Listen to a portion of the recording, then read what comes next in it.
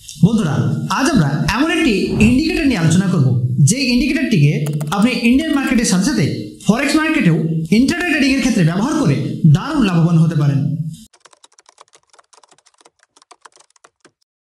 সাথে আপনি এই ইন্ডিকেটরটিকে ফিউচার ট্রেডিং এবং কমোডিটি ট্রেডিংয়েও ব্যবহার করে দারুণ রেজাল্ট পেতে পারেন।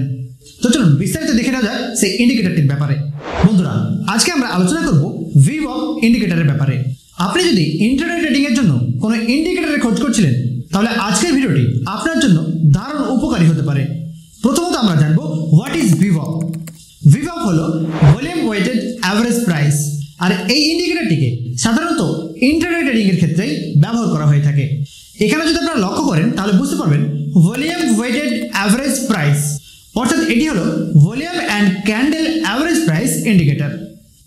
আর আমরা জানি টেকনিক্যাল অ্যানালিসিসের ক্ষেত্রে ভলিউমের গুরুত্ব কিন্তু সবচাইতে বেশি।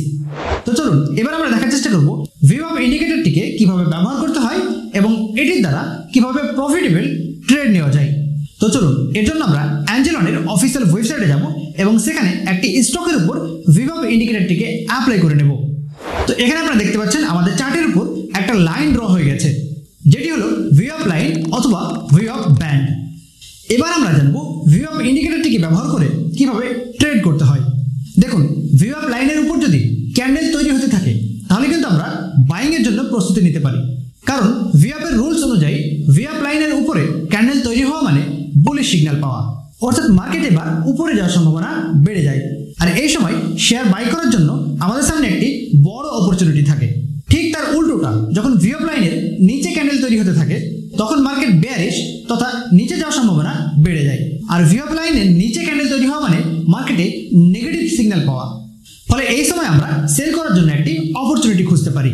সো এটা তো আমরা বুঝলাম যে ভিওয়াপ লাইনের উপরে ক্যান্ডেল তৈরি হওয়া মানে মার্কেট উপরে যাওয়ার সম্ভাবনা থাকে, আর ভিওয়াপ লাইনের নিচে ক্যান্ডেল তৈরি হওয়া মানে মার্কেট নিচে যাওয়ার সম্ভাবনা থাকে। তো এটিকে বোঝার জন্য আমরা আরও একটি কনফার্মেশন নেওয়ার চেষ্টা করব। ভিওয়াপ লাইনের উপর ক্যান্ডেল তৈরি হওয়া মানে মার্কেট যে উপরে যাবে এটা ভেবে ট্রেড নেওয়ার আগে আমাদের আরও যে কনফার্মেশনগুলি নিতে হবে সেগুলি হলো, নাম্বার 1, ভিওয়াপ লাইনকে ক্রস করে প্রথম যে ক্যান্ডেলটি হচ্ছে সেটিকে বুলিশ ক্যান্ডেল হতে হবে এবং ভিওয়াপ লাইনকে ক্রস করে উপরে যেতে হবে। নাম্বার 2, এবং তার পরের ক্যান্ডেলটিকেও বুলিশ হতে হবে এবং এটিকেও ভিওয়াপ লাইনের উপরেই হতে হবে। এমনটা যদি হয় তাহলে মার্কেটের উপরে যাওয়ার সম্ভাবনাটা অনেকটাই বেড়ে যাবে। আর এর সাথে আরও কনফার্মেশনের জন্য আপনারা 20 MA অর্থাৎ 20 মুভিং অ্যাভারেজ ব্যবহার করতে পারেন। এক্ষেত্রে মুভিং অ্যাভারেজের লাইন যদি ভিওয়াপ লাইনের নিচে থাকে তাহলে এটিকে একটি পজিটিভ সিগন্যাল হিসেবে ধরা যেতে পারে। তো আমরা এখানে 3 ধরনের কনফার্মেশন পেয়ে গেলাম। 1 নম্বর, মার্কেটকে ভিওয়াপ লাইনের উপরে থাকতে হবে।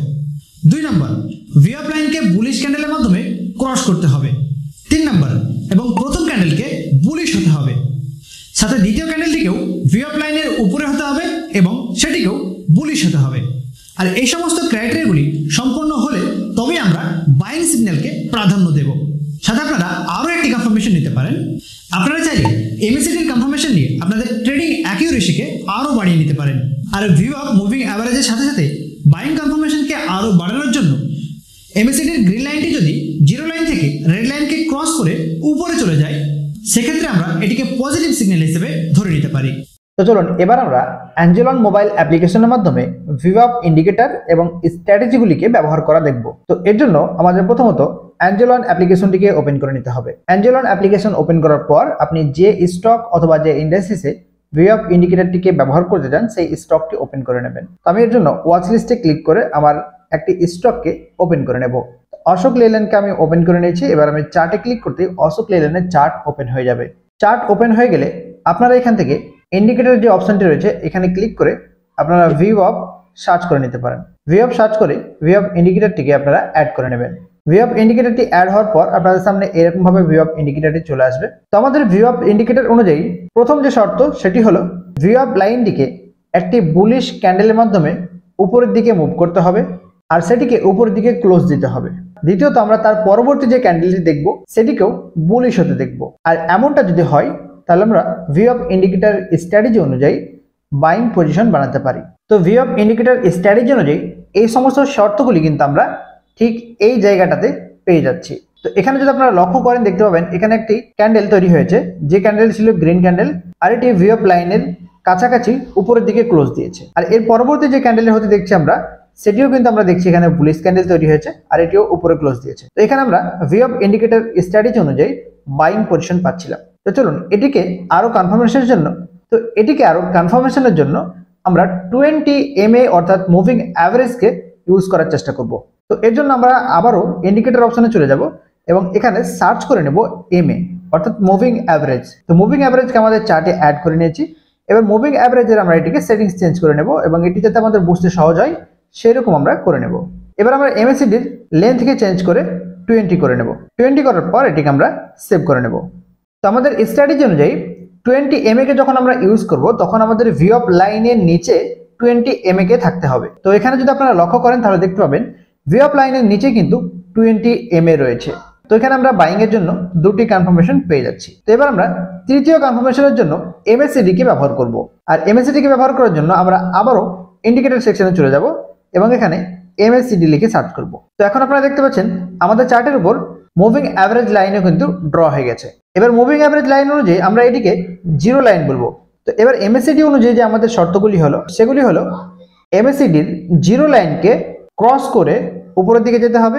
দ্বিতীয়ত MACDর রেড লাইনকে নিচের দিক থেকে গ্রিন লাইনের মাধ্যমে ক্রস করে উপরের দিকে যেতে হবে। তো এখানে আমরা সেই শর্তটাও কিন্তু পেয়ে যাচ্ছি। এখানে আমরা MACD কে দেখতে পাচ্ছি, MACDর যে গ্রিন লাইন ছিল সেই গ্রিন লাইনটি কিন্তু রেড লাইনকে ক্রস করে উপরের দিকে যাওয়া শুরু করেছে, আর সেই সাথে আমরা এখানে দেখতে পাচ্ছি জিরো লাইনকেও ক্রস করে উপরের দিকে যাচ্ছে। তো এখানে আমরা তিনটে কনফার্মেশন পাচ্ছি।